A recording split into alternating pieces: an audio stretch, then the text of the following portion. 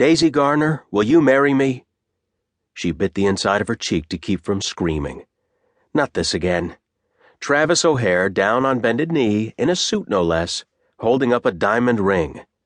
Of course he would do this to her at the Valentine's Day dance in front of all of their family and friends. Heat crept up her neck. "Get up," she hissed. "Not until you answer." His hazel eyes, usually dancing with good humor, were dead serious and locked on hers. She sighed. Tango music carried on in the background, but no one was dancing. Her parents, Trav's brother Shane, his grandmother Maggie, Jorge's daughters, and all of their friends stared, waiting for her to say yes. Too bad her sister Liz had left early with Ryan. She would have taken Daisy's side. "No," Daisy said, clearly and loudly enough for all to hear. She turned to face her audience. "Dance, people, nothing to see here." She turned to Trav. "You can't peer pressure me into a marriage." He rose from bended knee in one smooth gesture. The man was all lean, sinewy muscle, thanks to his job.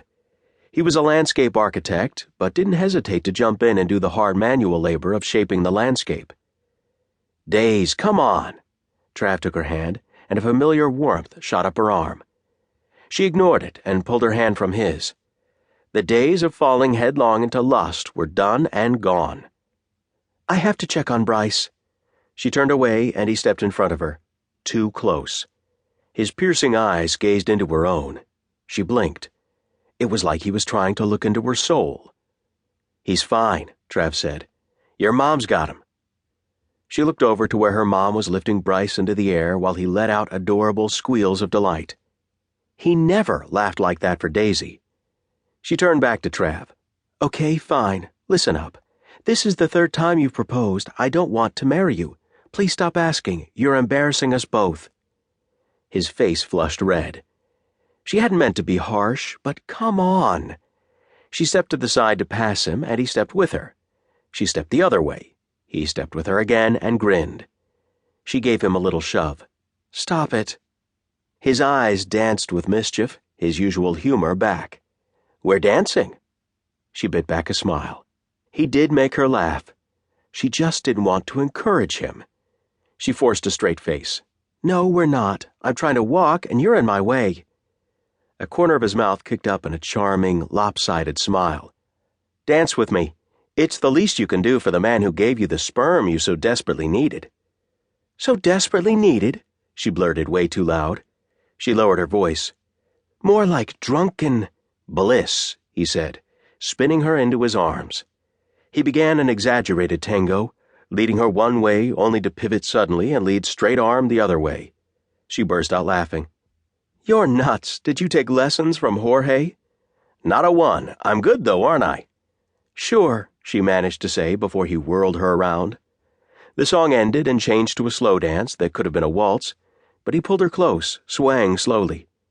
She told herself she should pull away, but the heat coming off him was intoxicating, and it felt so good to relax into his arms, to just be held. She rested her cheek on his chest and breathed in his clean scent. He always smelled like he was fresh from the shower. She sighed. He stroked her long hair and murmured close to her ear, "Daisy, Daisy, Daisy, I'll get you yet." She looked up into his gorgeous face, with sparkling hazel eyes, perpetual stubble along his jaw, and a ready smile. "Now why do I feel like Little Red Riding Hood?" He flashed a toothy smile and lunged for her neck. She squealed and squirmed, but he held on and chomped gently down her neck. She smacked his arm because she liked that a little too much.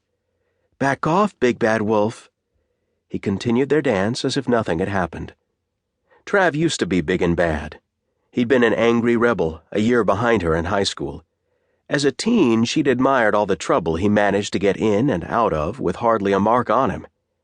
She hadn't hung out with him then, preferring older guys with cars. Now he was very special to her for one 6-month-old reason. But that didn't mean she wanted to marry him. Trav spoke softly in her ear. "What's it going to take for you to say yes?"